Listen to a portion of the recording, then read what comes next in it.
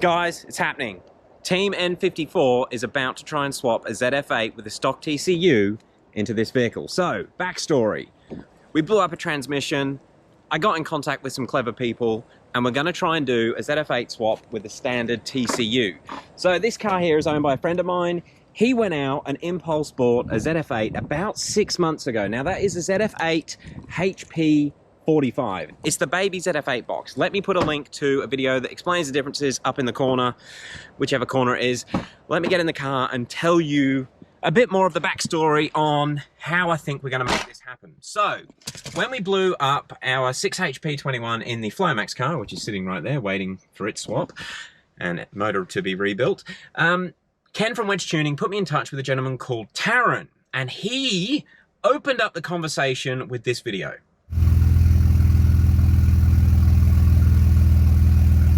So there you can see a E90 cluster, actually might be an E92, but it's going through all 8 speeds in a ZF transmission. I replied to that conversation with, what controller are you using? And he said stock TCU, and I think I replied with mind blown emoji. So Taron, as a bit of a background, he was the first person in the world that I'm aware of to run a 6HP28 in an N54 car, behind an N54. Let me put some pictures up of his transmission. If you're a bit of an OG in the N54 world, you've probably seen the forum threads where he did that, and that stayed in my mind, because I remember reading about that car, maybe 2019, 2020, and I thought it was amazing the way that they joined the N54 front of the bell housing with the 6HP28 box. I can't remember the exact specifics on that thing, but I think he might have used an X5M box or something. No, I think he did use a 6HP28, but he's got an X5M trans pan on it. It's a pretty cool setup. He got it working. And something that I didn't really realise, because obviously Guru Autoworks last year, they released their retail kit for the 6HP28 swaps. Now what Guru Autoworks are doing, they're probably going about it a little bit smarter than Taron did, because Taron was actually making use of the electronic shifter. And let me play a video of it here. His E90, or E92, runs an electronic shifter, not the cable shifter like that. Play the clip.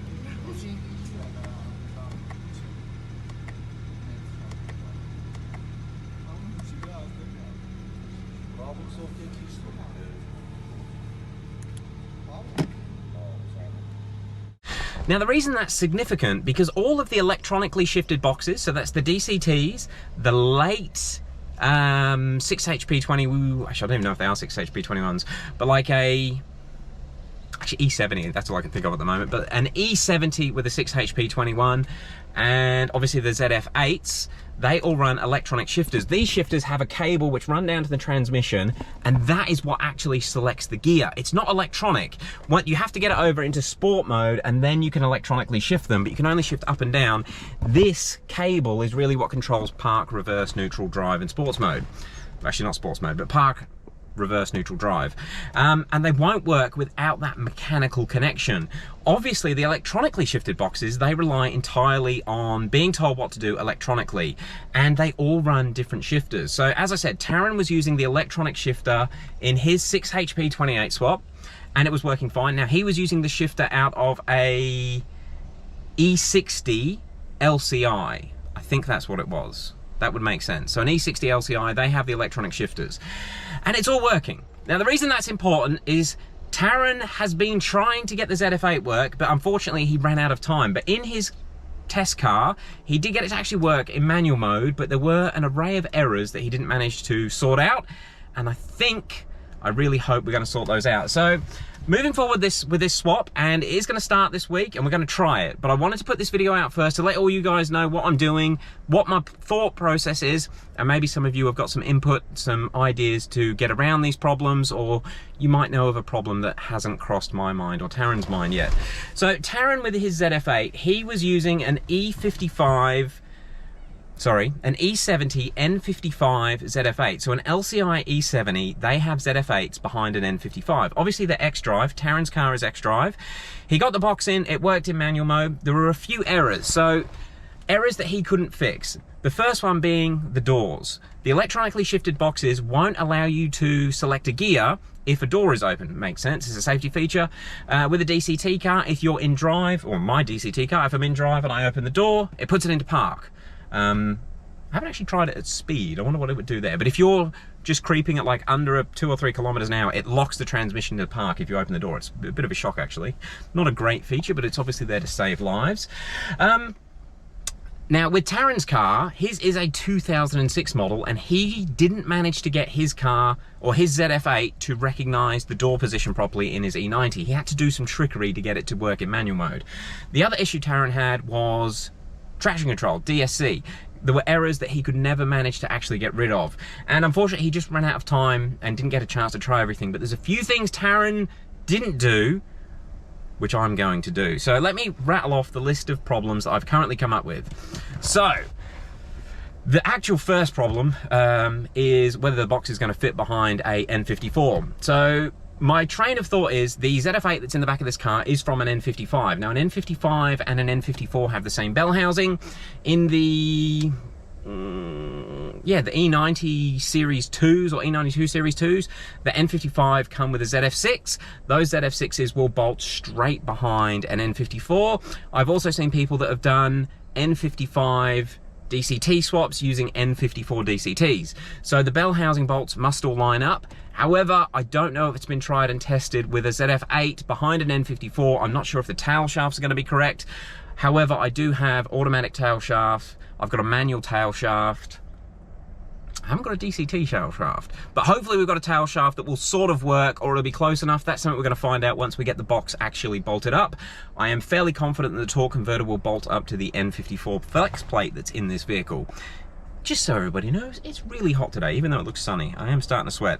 Okay, so we've got the actual fitment and that sort of side of it. Haven't tested it. If anyone's actually bolted one up to an N54, that's a ZF8, from an N55, please let me know. That would be great and save a little bit of me stressing. The other issue that we currently have with using a stock TCU is the security, or the ISN lock. So all of the electronically shifted automatic gearboxes, whether it's a 6 HP or an 8 HP, they are ISN locked to the vehicle. Luckily, I have some crappy Chinese tools, the BIM tool, and that is supposed to remove the ISN security or virginize the transmission. So I'm hoping I can use BIM tool to get around the factory ISN security on that ZF8 that's in the back. We will see how we go. Connecting the box to the car. Obviously, the ZF8 uses, well, not obviously, but the ZF8 does use a different plug to the ZF6. From memory, and I haven't actually had a close look at one, but I think a ZF8 uses the same electrical connector as a DCT. I am heading to Simply Tuning. He's keen to help out where he can, and he has a ZF8 wiring harness from an F series. I'm going to pick it up, and hopefully I can Frankenstein basically an N54 DME box connection to a ZF8. We'll work out the wiring diagrams. If it works, we'll share it down the path. What else we got? Right, communication between the ZF8 and the N54 chassis. Now, what's the easiest way to describe this? So all automatic transmissions, the DCTs, they need to talk to the car. They need to request torque reduction. Traction control talks to the gearbox. Obviously, you've got pedal position. There's tons of information going backwards and forwards between the car and the gearbox to make sure that it's smooth to drive.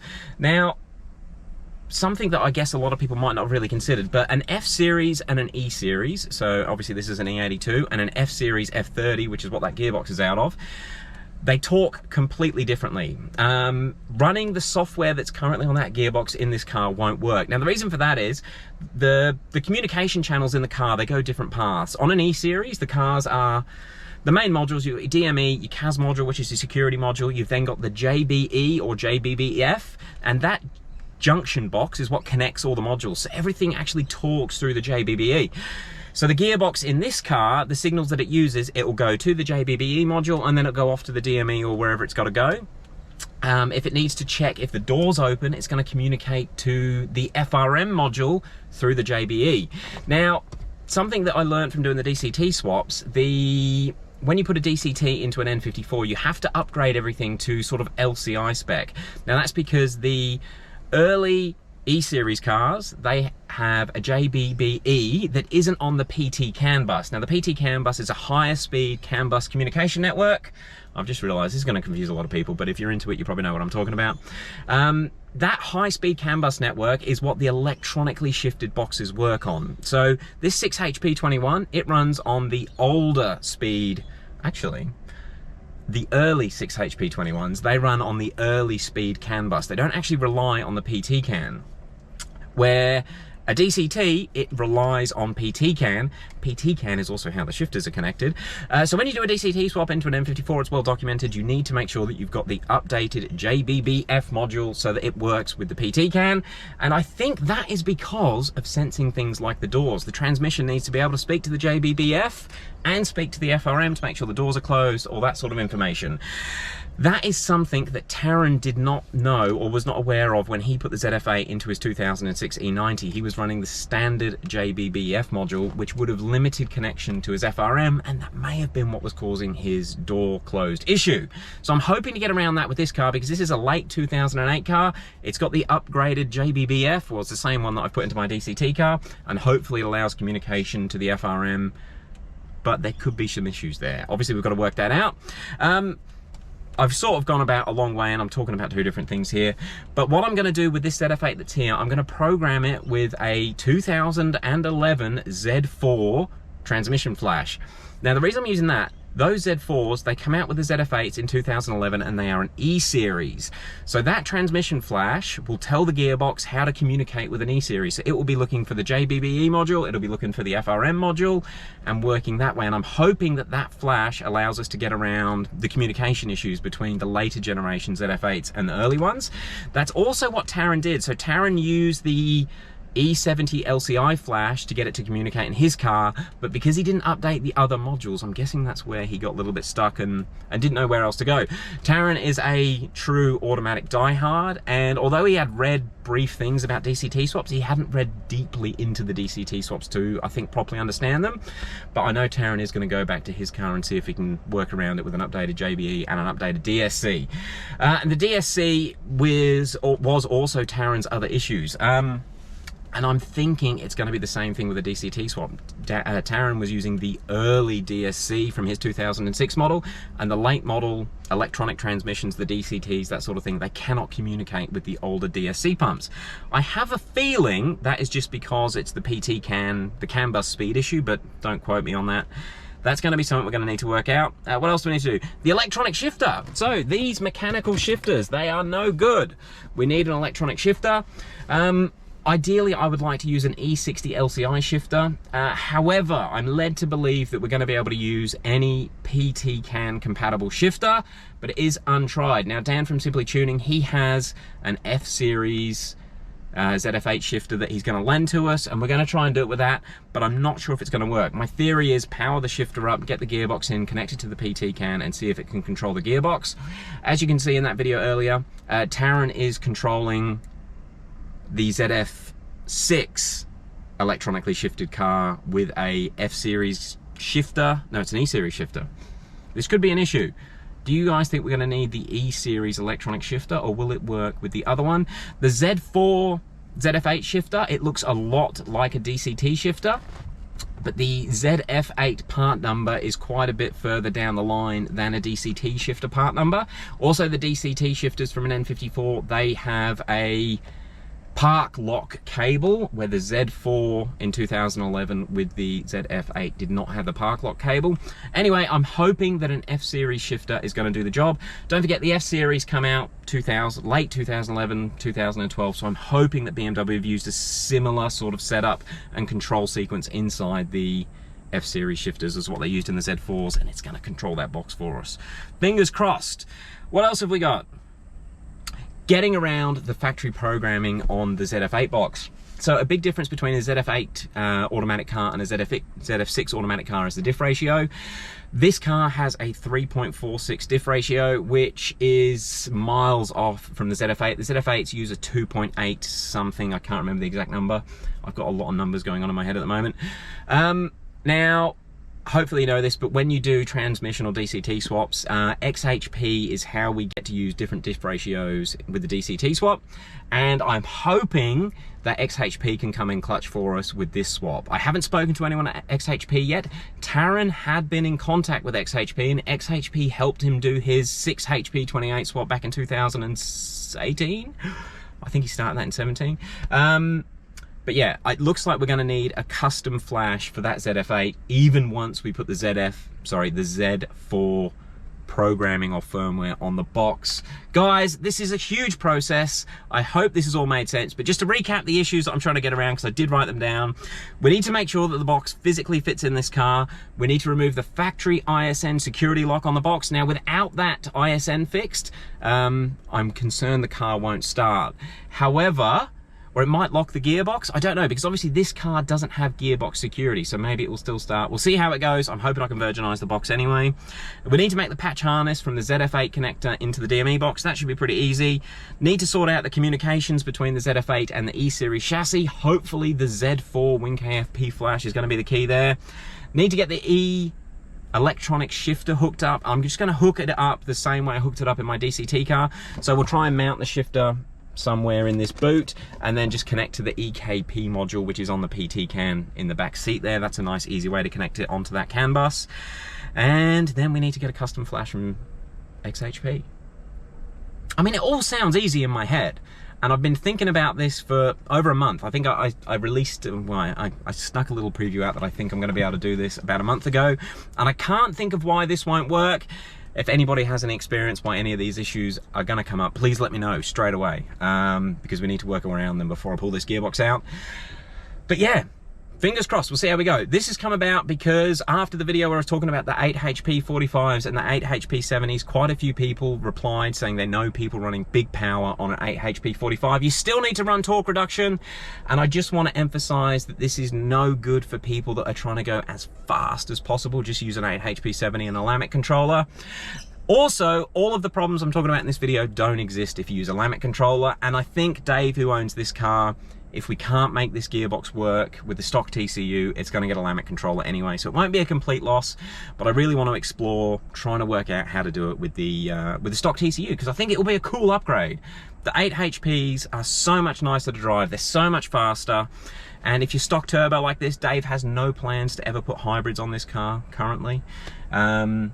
Yeah, I think it's just gonna be an awesome upgrade for these things. Guys, thank you for watching. That was a ton of information. If you've got any questions about it, if you're gonna try this yourself, hit us up in the comments below. And if you know of any problems with this swap that I haven't thought of, please comment below. I'm gonna be watching them closely, but in the meantime, I'm gonna head to Simply Tuning, pick up a shifter, some wiring harnesses, and see if we can get this ball rolling. Thank you very much. It's hot. Catch you on the next one.